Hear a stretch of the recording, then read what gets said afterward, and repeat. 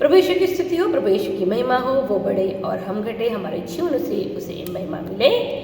Shalom दोस्तों, अब ये जो एंड टाइम का मैसेज हर जगह चल रहा है, उस एंड टाइम का मैसेज चलने का जो मेन कारण है, वो मेन कारण ये है कि यदि आप उत्पत्ति ग्रंथ से पढ़ना शुरू करोगे तो आपको पता चलेगा कि आदम से लेके नूह तक का 2000 साल का समय बीता, तब प्रभु ने एक जाति का नाश किया।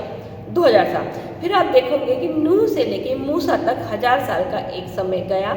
उसका मूसा से लेके यीशु के आगमन तक का 1000 साल का समय गया। टोटल 2000 हो गए, 2000 4000 साल हो गए। आप देखिए, मैं यहूदियों को भी प्रभु ने कितने साल तक का गुलामी में रखा? 430 साल तक। और वैसे ही अगर आप देखेंगे तो यीशु मसीह के आगमन के पहले भी अंधकार में था। 400 सालों तक का इज़राइल के लोग भटके पड़े हुए थे, उनके पास कोई नबी नहीं था।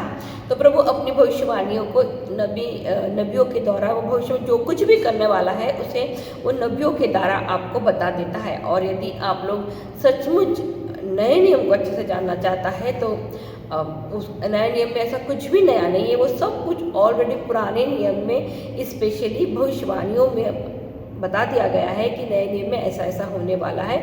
नया नियम उसका सिर्फ प्रमाण है कि देखो, जो मेरे पिता ने कहा वो मैंने करके दिखाया। सही है। सिर्फ जो रीति रिवाज जो संहिता है, जो मूसा की संहिता दी थी, वो अब नए नियम पे लागू नहीं होती, नए नियम की कलीसिया पे।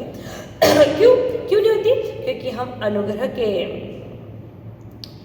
के द्वारा बुलाए गए कलीसिया है। तो देखिए, नूह से लेके आदम से लेके नूह तक 2000, नूह से लेके ईसा मसीह तक, नूह से लेके ईसा मसीह तक का 2000 साल, 4 साल, 6 साल हो गए, 4 साल हो गए। और यीशु मसीह से लेके अब तक, स्वर्ग में आरोहित होने के बाद से अब तक लेके तो कितने साल हो गए दोस्तों? 2 साल। एंड टोटली हो गए हैं 6 साल। और यीशु कहता है, मेरे लिए एक दिन 1000 साल के जैसा है। और हम सब जानते हैं कि प्रभु पिता ईश्वर ने जब सृष्टि का निर्माण किया तो उन्होंने 6 दिन तक काम किया, 7वें दिन आराम किया। तो ये हम ऑलरेडी 7वें दिन में प्रवेश कर चुके हैं। इसलिए हम सब जो आत्मा के चलने वाले लोग हैं, जो प्रभु यीशु मसीह के आगमन का इंतजार कर रहे हैं, जो प्रभु की दुल्हन बनने को तैयार है, दुल्हन बनना चाहते हैं, वो सब रैप्चर यानी कलीसिया का बादलों पे उठाए जाने का इंतज़ार कर रहे हैं। जो लोग प्रभु यीशु की दुल्हन बनने को तैयार है, सिर्फ वही लोग। बाकी के सब लोग वही कर रहे हैं जो उन्हें करना है। शादी, बाल बच्चे, खाना, नौकरी, जॉब, एजुकेशन, घर की लाइफ स्टाइल, गाड़ी घोड़ा, सोना चांदी, यही सब कर रहे हैं। इसके अलावा दूसरा कुछ भी नहीं कर रहे। लेकिन जो दुल्हन है, जो कलीसिया के लोग हैं, वो पूरी तरीके से तैयार है कि प्रभु जल्द से जल्द आए और अपनी दुल्हन को, अपनी कलीसिया को क्या करें, साथ में लेके जाए। क्यों? क्योंकि दोस्तों, पाप का लेवल बहुत ज़्यादा बढ़ चुका है। और जो अच्छे आत्मा के लोग होते हैं, वैसे पापी संसार में डिस्टर्ब हो जाते हैं, परेशान हो जाते हैं। बाकी के लोग तो बस न्यूज़ पढ़ते हैं और आगे कर देते हैं और कहते हैं हाँ, ये तो लिखा ही है, तो होना ही है, लेकिन उसे महसूस नहीं करते। हमारे दिल जो है ना, पत्थर के हो गए हैं। और इसलिए हमारे ईश्वर ने क्या कहा, मैं तुम्हारे में से पत्थर का दिल निकाल के तुमको हार्ड मांस का दिल दूंगा। आज सचमुच हम लोग इतनी प्रैक्टिकल लाइफ जीने लग गए हैं दोस्तों कि हमको फीलिंग्स मर गई है। 2 + 2 यानी 4, यही हमारा कैलकुलेशन जीवन हो चुका है। तो ये जो अंतिम दिन का जो समय है, ये सब जितनी भी बातें हैं, ये सब नबियों की पुस्तक में ऑलरेडी दी गई है। और जो जो भविष्यवाणियाँ नबियों ने अपनी पुस्तक में की है, वो अब समाप्त हो चुकी है। एक समय अन्य जाति को दिया गया था, तब तक ही हमारे ऊपर प्रभु यीशु मसीह का अनुग्रह होने वाला है। उसके बाद ये सब बंद हो जाने होगा। क्योंकि क्या है, अन्य जाति को जो समय दिया गया था वो अब खत्म हो गया है। इसका प्रमाण क्या है? इसका प्रमाण ये है कि एक समय था जब बहुत जोर शोर से सुसमाचार का प्रचार हो रहा था और लाखों लोग बपतिस्मा ग्रहण कर रहे थे, कन्वर्ट हो रहे थे और खुशी खुशी हो रहे थे। लेकिन अब देखिए, कोरोना के पहले के या आप 2020 से पकड़ लीजिए, या 2020 से पकड़ लीजिए, 2010 से पकड़ लीजिए, लोग ईसाई धर्म के लोग कुछ छिड़ रहे हैं। वो कहते ये हमको धर्म कर्म बदलते लगाते, ये हमको अपना धर्म लेने लगाते, ये हमको पैसे देते। ये दोष हमारे पे लगाया जा रहा है, जबकि प्रचार का कार्य तो 2000 सालों से चल रहा है। बहुत समय से हमारा सुसमाचार का प्रचार करने का समय चल रहा है, लेकिन अब जो तकलीफें हमें उठानी पड़ रही है, जिस तरह से लोग हमें अवॉइड कर रहे हैं, जो लोग अग्रेसिव हो गए, क्योंकि पहले लोग हमारा खिलाफ नहीं जाते थे, कुछ अधिकारी लोग, कुछ जो गिने चुने लोग होते थे वो क्रिश्चियंस लोग, लेकिन जो आम जनता होती थी वो जनता प्रार्थना करने के लिए आती थी और प्रभु को स्वीकार करती थी कहीं ना कहीं। लेकिन अब जनता ही चिड़चिड़ी हो गई है क्रिश्चियनों के नाम से। क्यों? क्योंकि अनुग्रह का दरवाज़ा शायद बंद हो चुका है। क्यों? क्योंकि ऑलरेडी हम विश्राम दिवस में प्रवेश कर चुके हैं। ये 7वां साल चालू हो गया है अकॉर्डिंग टू प्रभु, और प्रभु समय के बहुत पक्के हैं। वो हमारे जैसे आपके जैसे नहीं है। उनका जो समय जिस काम का है वो उसी समय पे वो काम करेंगे। और इसलिए आज कलीसिया विश्राम दिवस में प्रवेश करने के लिए, यानी कि रैप्चर के लिए अपने आप को तैयार करने के लिए कह रही है। स्वर्ग में उठाए जाने के लिए तैयार होने के लिए कह रही है। दुल्हन को तैयार होने को कह रही है। क्यों? क्योंकि 6000 साल ऑलरेडी पूरे हो चुके हैं। और हम, आप कैलकुलेशन कर लीजिए, अगर नूह से लेके, आदम से लेके तो ईसा मसीह, और इसमें तो 2000 साल में कोई गड़बड़ी है ही नहीं, वो 4000 आप पकड़ लीजिए। अब ये प्रभु की दया है कि वो हमको यीशु मसीह के नाम पे और समय दे रहा है। सिर्फ एक ही कारण है, और वो ये है कि जैसे ही हम अन्य जातियों में प्रभु यीशु मसीह का काम पूरा होगा, वैसे ही वो अपनी चुनी हुई कलीसिया को बादलों पे उठा के ले जाएगा, और उसके बाद वो यहूदियों के पास जाएगा। यहूदियों के पास वो नहीं जाएगा, उसके 2 शिष्य मूसा और एलिया को भेजेगा। उसके बाद यीशु मसीह का बादल पे घोड़े को आना तय है यहूदियों में, इज़राइल दोस्तों। तो ये आप बाइबल को पढ़ेंगे तो आपको हर एक बात प्रभु मसीह को समझा देगा, और एक एक चीज़ आपको समझा देगा कि क्यों आज हमारे को पश्चाताप करना बहुत ज़रूरी है, पहला बात। और दूसरा, क्यों अब हमको प्रभु की संगति में बैठना बहुत ज़रूरी है। सबसे बड़ी बात क्या है? हमें प्रभु यीशु मसीह की संगति में बैठना, क्योंकि उसको खोजो, उसको आपको खोजना बहुत ज़रूरी है, उसका समय बिताना बहुत ज़रूरी है। क्योंकि मैंने बताया आपको अपने वीडियो के माध्यम से कि प्रभु यीशु मसीह ने आदम और हव्वा को क्यों बनाया था? संगति करने के लिए बनाया था। उनके साथ उनको डॉक्टर, इंजीनियर, सीए, वकील, नर्स, टीचर, ड्राइवर ये बनाने के लिए, फुटबॉलर, क्रिकेटर ये बनाने को उनका आदम और हव्वा का निर्माण नहीं हुआ था। ये तो आप इस संसार में प्रतिष्ठा पाने के चक्कर में सब बन रहे हैं, तो उनको सिर्फ ईश्वर के पुत्र और पुत्री बनने के लिए ही उनका निर्माण किया गया था। जिससे ईश्वर क्या करे? अपने बच्चों के साथ आके समय बिताए, उनसे बातें करें। जैसे मैंने पिछले वीडियो में बताया कि प्रभु हमारे साथ क्या करना चाहता है? अपना समय बिताना चाहता है, और उसने इसका इंतजार बहुत किया। उसने आदम से लेके हनोक को चुना, नूह को चुना, अब्राहम को चुना, मूसा को चुना। शायद कोई एक ऐसा आदम मुझे मिल जाए जो परफेक्ट हो, जिसमें कोई गड़बड़ी ना हो। लेकिन अफसोस की बात है कि हर किसी न किसी ने क्या किया है? कुछ ना कुछ गड़बड़ी किया है, जिसकी वजह से प्रभु को अंतिम में अपने पुत्र यीशु को ही इस संसार में भेजना पड़ा।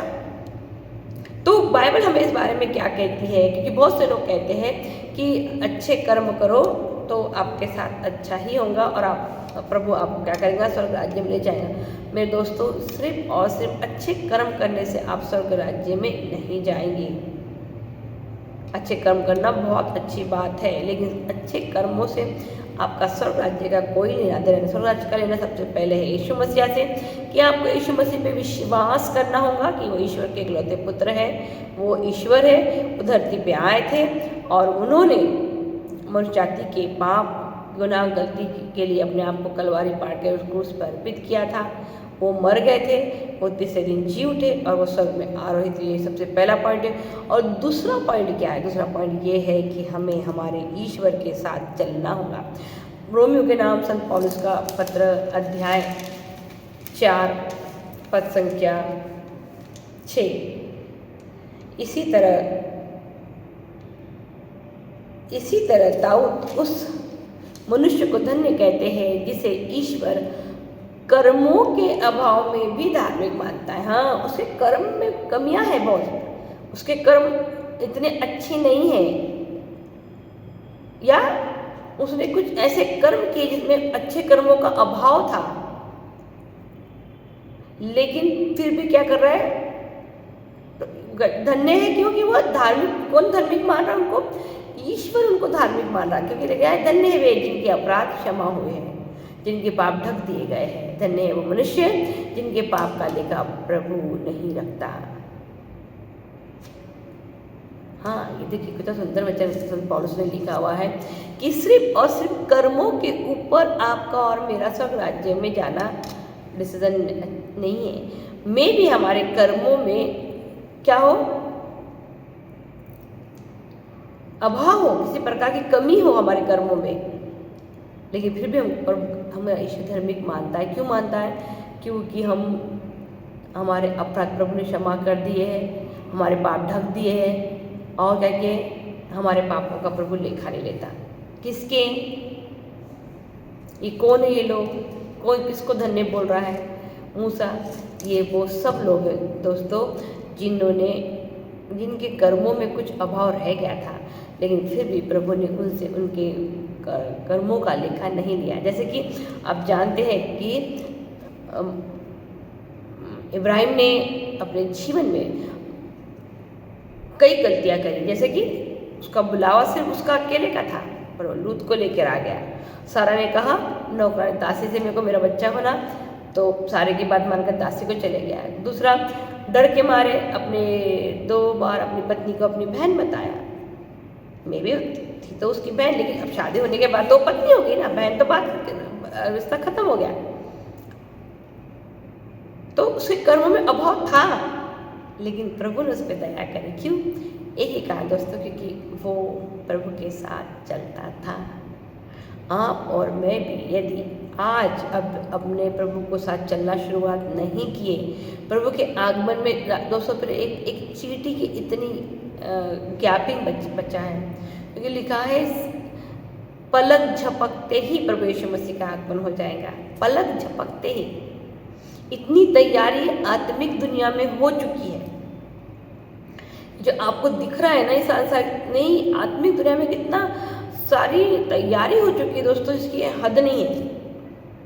वहाँ बहुत गड़बड़ी चल रही है, वहाँ बहुत फास्ट काम चल रहा है, सब मैनेजमेंट चल रहा है, पर हमको समझ में ही नहीं आ रहा, क्योंकि हम इसी संसार के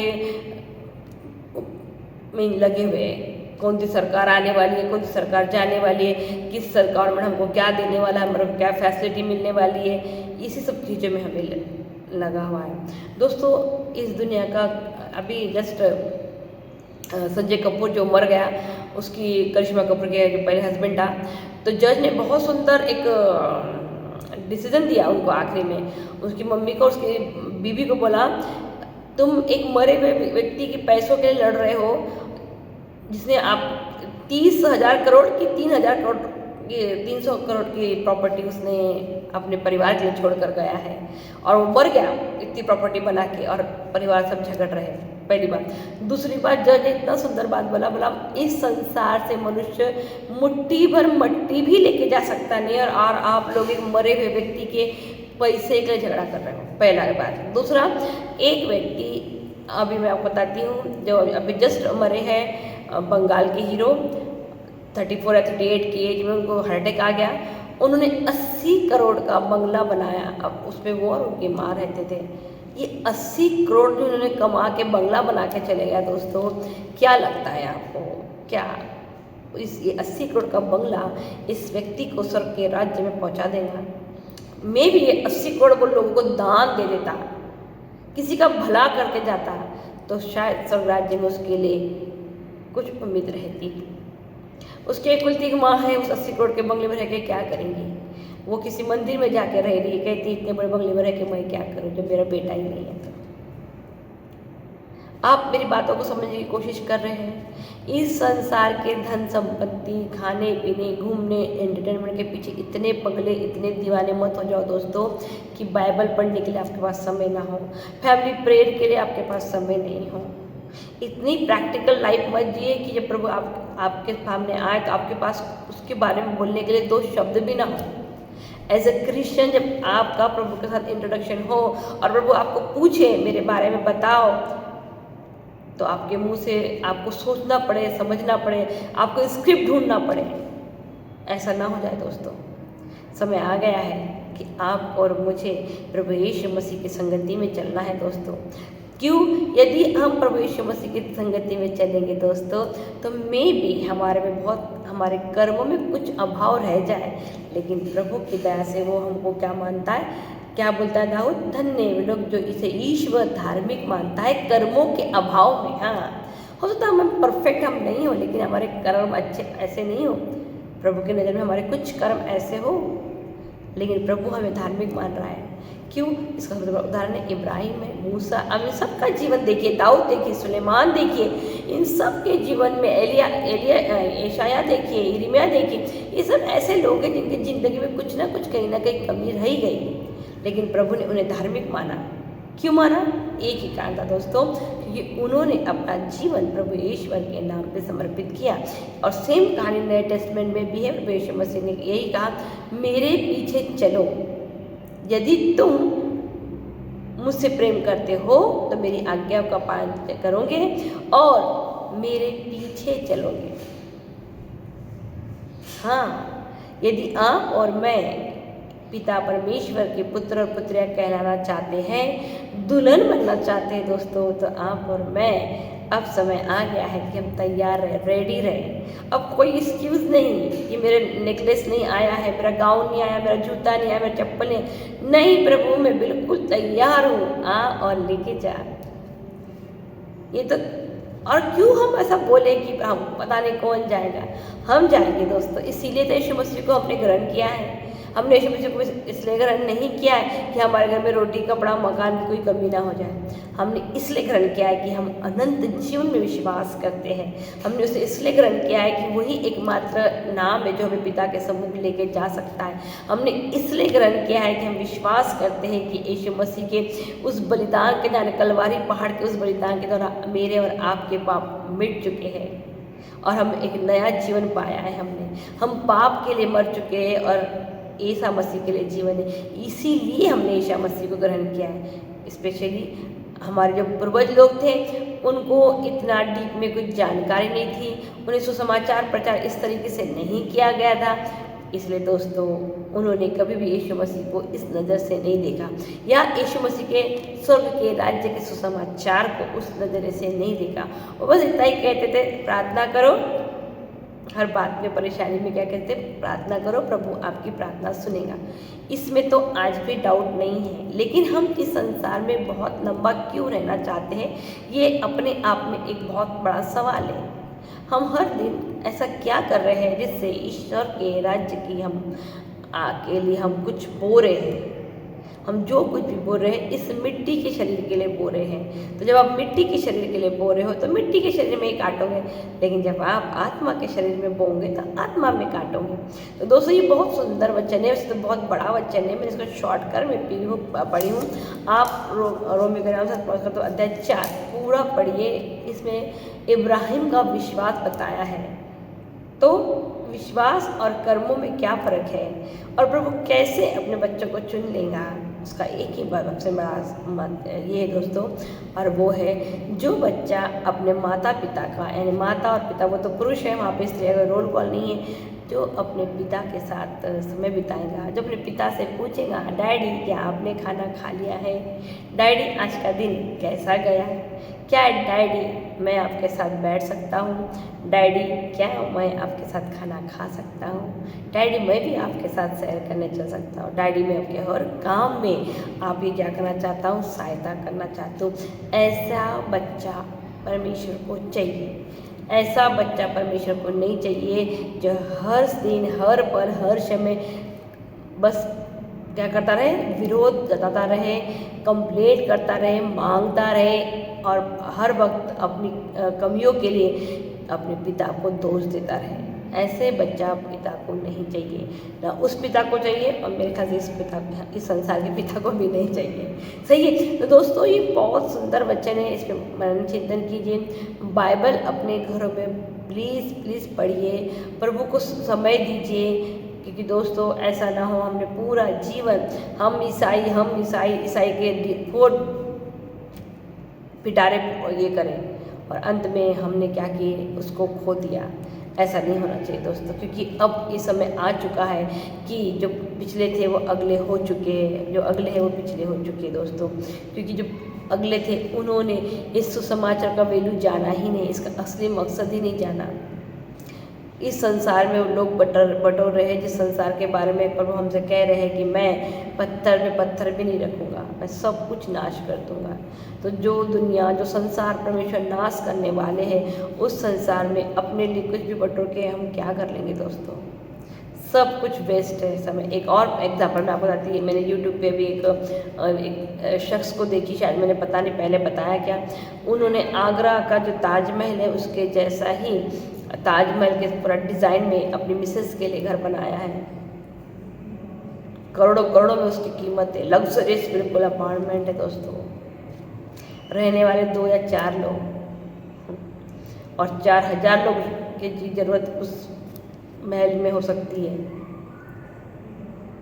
एक लग्जरी लाइफ जीना चाहते हैं। मनुष्य को ही नीचे दिखाना चाहता है। मेरा घर तेरे घर से बड़ा, मेरी गाड़ी तेरी गाड़ी से बड़ी, मेरे बच्चे तेरे बच्चे से ज़्यादा होशियार, मेरा बच्चा कनाडा में, दुबई में, अमेरिका में, तेरा बच्चा कहाँ है? मेरा बच्चा कहीं नहीं है। खैर ये तो मसीह समाज की बड़ी दुखदाई घटना ये है। आज हमारे बच्चे फिर से रिवर्स जा रहे हैं। हाँ, वो हमने प्रभु यीशु मसीह को, हमारे माँ बाप ने, किसी ने प्रचार किया, स्वीकार कर लिया, हमारे बच्चे फिर से अन्य जातियों जाके शादी कर रहे हैं। इससे बड़ा पाप तो दूसरा कोई हो ही नहीं सकता दोस्तों। क्यों? क्योंकि हमने पाप को छोड़ के यीशु को स्वीकार किया हमारे माँ बाप ने, अब हम फिर से यीशु को स्वीकार करके पाप को अस्वीकार करके पाप को स्वीकार कर रहे हैं। बहुत ही दुखदाई बात है दोस्तों। ये रात्रि का समय है, अंत समय का दिन चल रहा है दोस्तों। कब प्रभु यीशु मसीह आएंगे और अपनी दुल्हन को लेके जाएंगे, आपको और मुझे पता भी नहीं चलेगा। क्यों? क्योंकि 2 दूत आए और यीशु मसीह से क्या बोले, तुम इस तरीके से ऊपर क्यों देखते हो, जिस तरीके से वो गया है वैसे ही तुम्हें लेने आएगा। हाँ, वो लेकिन बाद में प्रकाश वाक्य में कहता है कि वो बादलों पे आएगा। तो ये ऐसे भी आएगा वैसे भी आएगा, क्या मतलब?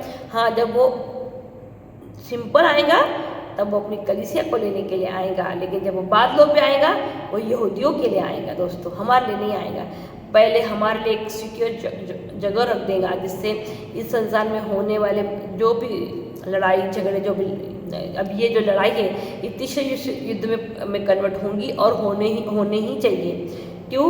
क्योंकि आप देखिए किस तरीके का मनुष्य को के साथ व्यवहार कर रहा है। एक बहुत ही गंदा व्यवहार मनुष्य के साथ कर रहा है। आज मनुष्य और इंसानों में कोई फर्क रह नहीं गया है। जिस तरीके से मैसेज आप पेपर खोल के पढ़िए, हर दिन ऐसे मैसेज वहाँ पे आते हैं कि इंसान का दिल बड़ा दुखी हो जाता है। किसी माँ ने अपने बेटे की सुपारी दे दी, बाप ने सुपारी दे, बेटी ने माँ को मार डाला। ये न्यूज़ सब पढ़ने के बाद इस संसार में जो लोग रहना चाहते हैं दोस्तों, तो बहुत ही धन्य है हमें। यानी मनुष्य आज इतना गिर चुका, क्राइम का लेवल गिर गया। आप यूपी बिहार की न्यूज़ देखिए, लोग सरेआम बंदूक मार रहे, सरेआम बैंक लूट रहे, सरेआम दुकानें लूट ले रहे, कोई डर नहीं उनको पुलिस का, किसी का नहीं। बंदूकें तो ऐसे हवा में उड़ाते कि क्या बताना। हाँ, अभी एक और व्यक्ति मर गए, क्या नाम है उनका, अखिलेश यादव के भाई प्रदीप यादव या प्रताप यादव, उन्होंने अभी मर गए। उनके मरने के जस्ट 8 दिन पहले उन्होंने 5 करोड़ की कार खरीदी दोस्तों। क्या वो 5 करोड़ की कार उनके प्राण वापस ला के दे सकती थी उनको? मे भी ये 5 करोड़ का वो चीज़, वो बिहार में इतना, यूपी में इतना गरीबी है, वो गरीबी हटाने के लिए अगर कुछ कर लेते तो शायद कुछ स्वर्ग राज्य के लिए बटोर सकते थे। किसके लिए बटोर रहे हो आप, किसको दिखाना चाहते हो? ये आप सिर्फ अपनी ज़िंदगी जीना चाहते हो, अपने आप को एंजॉय करना चाहते हैं, अपना बिल्कुल गलत नहीं है, प्रभु आपको नहीं रोकेगा। लेकिन दोस्तों, इससे आप आत्मा की दुनिया में कुछ नहीं बटोरते। आपको लग रहा होगा कि आप अपने समुद्र में से एक लोटा पानी रोज साल में एक आधी बार या महीने में एक आधी बार किसी को दे रहे हो, खाना खिला दे रहे हो, 4 कपड़े बना दे रहे हो, तो प्रभु आपको स्वर्ग राज्य में ले जाएगा। तो मैं बता दूँ, आपको कर्मों का कोई लेना देना स्वर्ग राज्य में है नहीं। आपके कर्म में अभाव नहीं चलता, लेकिन आपका इस संसार में मन लगना ही सबसे बड़ा पाप है। ये वो लोग थे, इब्राहिम, मूसा, इन्होंने संसार में मन नहीं लगाया, प्रभु के साथ चलते गए। इन्होंने कभी भी एक जगह पर ठहरे नहीं। इनका देखो पर लाइफ स्ट्रगल का है। इनको प्रभु इधर से उधर, उधर से इधर, इधर से उधर, कभी भी एक जगह 4 मंजिल का बिल्डिंग बना के रुके नहीं। आज आप और मैंने एक बिल्डिंग क्या बना ली, हम बगले हो गए, और बिल्डिंग में हमारा बड़ा मन लग जाता। तो प्लीज़ इन वीडियो के माध्यम से मैं ये बताना चाहती हूँ, यही आप लोगों को समझाने की कोशिश मेरा मकसद है कि प्रभु का आगमन बहुत निकट है। न्याय करने वाला कोई दूसरा नहीं, स्वयं यीशु मसीह है। वो किसी के साथ पक्षपात नहीं करता। मैं भी आपको किसी दूसरे को लग के गुस्सा आता होगा कि भाई ऐसा नहीं ऐसा, लेकिन यीशु मसीह के सामने तो आप बहस नहीं कर पाओगे ना भाई। उसको तो नहीं एक्सक्यूज दे सकते आप लोग, या ना मैं दे सकती हूँ। अब जैसे हो, आपके मन में जैसे हो, आप वैसे के वैसे अपने प्रभु के सामने खड़े रहोगे। तो दोस्तों, इस संसार के किसी भी चीज़ में अपना मन मत लगाइए। अपना मन सिर्फ अपने स्वर्गिक पिता में लगाइए, उसके पुत्र मुक्तिदाता हमारे उद्धारकर्ता यीशु मसीह में लगाइए, क्योंकि वो हमें बहुत जल्द लेने आएगा। दुल्हन बन के तैयार रह जाइए, ताकि हमारी आत्मिक खूबसूरती इतनी ज़्यादा चमक जाए कि प्रभु बोले, मेरे भले लोगों मेरे दाएं हो जाओ। हाँ, बोले प्रभु तू कब हमसे मिलने आया था? तब जब मैं ऐसा था, तब ऐसा था। भले लोग जिनका हृदय भला है, जिनका हृदय प्रभु में लगता है, प्रभु की खोज में लगा हुआ है। खोजिए। पुराना नियम में प्रभु कहता है मुझे खोजो, नए नियम में प्रभु कहता है मेरे पीछे चलो, मुझे ढूंढो। ये क्यों प्रभु वचन में कह रहा है? हर दिन हर पल अपने ईश्वर को खोजिए, हर दिन ईश्वर की स्तुति आराधना कीजिए, उसे धन्यवाद दीजिए। अब समय वैसे लगभग खत्म हो चुका है दोस्तों। कोई चमत्कार, चंगाई, जैसी भी जिंदगी उसको यीशु मसीह के नाम पे आनंद के साथ बिताइए। बिल्कुल किसी भी चीज़ की टेंशन मत लीजिए। जो चल रहा है चलने दीजिए। कोई कुछ बोल रहा है, कुछ कर रहा है, आगे बढ़ते जाइए, आगे बढ़ते जाइए, क्योंकि प्रभु का आगमन बहुत बहुत बहुत निकट है। मे भी आज, मे भी कल, मे भी अगले हफ्ते, मे भी अगले महीने, लेकिन होगा बहुत जल्द। समय नहीं पता, तारीख नहीं पता, लेकिन होगा जरूर, क्योंकि भविष्यवाणियाँ लगभग पूरी हो चुकी है।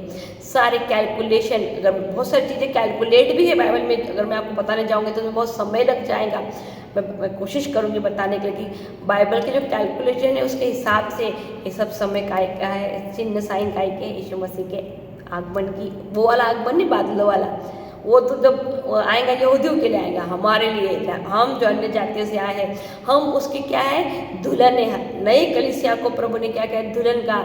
पुराने जो यहूदी लोग हैं उसको ने क्या कहा, मेरे सेवक का, सर्वेंट ऑफ गॉड बोला गया। हम सर्वेंट नहीं, हम उसके पुत्र और पुत्रियाँ हैं। पुत्र पुत्री बनने का काम अब प्रभु यीशु मसीह करवाएंगे दूसरे आगमन में यहूदियों के साथ। लेकिन हमारे लिए वो अपनी दुल्हन को लेने आने वाला एक सुंदर सा समय हमारे जीवन में आने वाला है। दोस्तों, आत्मिक रूप से तैयार हो जाइए, हर बात में तैयार हो जाइए, क्योंकि प्रभु क्या ही धन्य है वो लोग जो प्रभु यीशु मसीह को साथ रैप्चर में उठा लिए जाएंगे, क्योंकि उसके बाद उनके जीवन में कोई दुख, तकलीफ, परेशानियाँ नहीं बचेंगी। मेरे पिता, मैं धन्यवाद देती प्रभु जी, अपनी दुल्हन को लेने के लिए प्रभु जल्द से जल्द आ जा, क्योंकि तेरी दुल्हन अब तैयार है, तेरी कलीसिया पूरी तरीके से तैयार है। जो लोग रैप्चर में विश्वास करते हैं प्रभु जी, जो रैप्चर में विश्वास करते हैं, जो विश्वास करते हैं कि आप उन्हें लेने आने वाले हो प्रभु जी, वो सब तैयार है। जो विश्वास करते हैं लेकिन उसकी गंभीरता को नहीं समझते, उसे हल्के में लेते प्रभु जी, उन्हें तो सद्बुद्धि प्रदान कर, उन्हें विवेक दे, ताकि वो अपने जीवन का जीने का तरीका बदल दे। वो तुझे खोजे, तेरा संविदा। इस संसार में किसी भी चीज़ में अपना मन न लगाए। जो भी चीज़ें उन्हें संसार में बटोर के रखी दोस्तों, वो सब रखिए प्रभु, वो सब वो दे दे, ताकि जिस संसार को तू नाश करने वाला है, वो चीज़ें जो नाश होने वाली, वो उनके लिए मुक्ति का, उद्धार का कारण भी बन सकती है। प्रभु, तू अपने बच्चों को प्रेम करता है और इसीलिए तूने अपने पुत्र यीशु मसीह को इस संसार में भेजा ताकि कोई भी मृत्यु न पाए बल्कि सब जीवन में प्रवेश करे। मेरे पिता, सारी महिमा, सारा आदर, सारा महिमा तुझे देती हूँ, यीशु मसीह के नाम से मांगती हूँ। आमीन, आमीन, आमीन।